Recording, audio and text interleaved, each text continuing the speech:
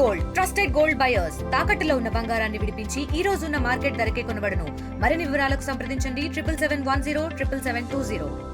ఆయన పేరు అలియాస్ లలన్ సింగ్ అనే కేంద్ర మంత్రి ఓటర్లను బెదిరించి ముఖ్యంగా బడుగు బలైన వర్గాలను రానియకుండా చూడాలని బెదిరియడం జరిగింది. దాని మీద అక్కడ ఉన్నటువంటి లల్లూ ప్రసాద్ యాదవ్ పార్టీ వాళ్ళు దాన్ని బాగా హైలైట్ చేశారు. ఇది ప్రజాస్వామ్యమా లేకుంటే డిక్టేటర్ రాజు? ప్రతి ఒక్కరికి ఓటు వేసే హక్కు బాబాసాహెబ్ అంబేద్కర్ కల్పించాడు. పేదవాడు కావచ్చు, కోటీశ్వరుడు, సేమ్ అతనికి ఒకే ఓటు, కోటీశ్వరు ఒకే ఓటు, పేదవానికి అదే ఓటు. ఇలాంటి దుర్మార్గం జరుగుతుంది కాబట్టి ఆల్రెడీ అక్కడ కేసు రిజిస్టర్ అయింది. ఇక్కడ కూడా చేయాలి. ఎందుకంటే ఇది ఒక కొత్త ఆలోచన అయింది. పేదవాడు ఓటు వేయొద్దంటే ఇది ఏమన్యాయం? ఇది ప్రజాస్వామ్యమా?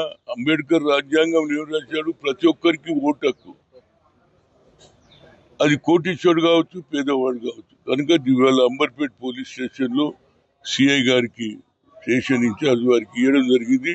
తప్పనిసరిగా ఈ సెక్షన్ ప్రకారంగా అతను కేసు పెట్టాలి. ఆ మంత్రిని కూడా ఇక్కడికి పిలిపియాలి.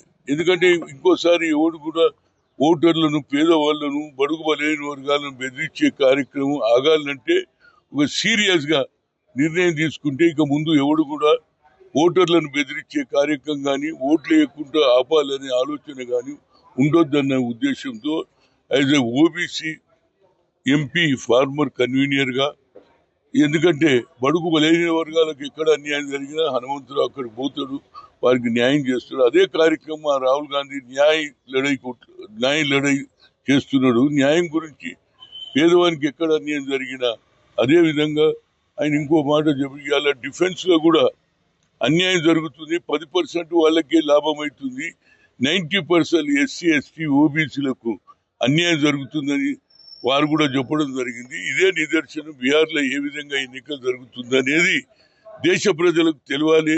నరేంద్ర మోడీ ఎట్టి పరిస్థితుల్లో గెలవడానికి గతంలోనేమో ఓటు తీసేసే కార్యక్రమం చేశారు, ఓటు చోరీ చేశారు.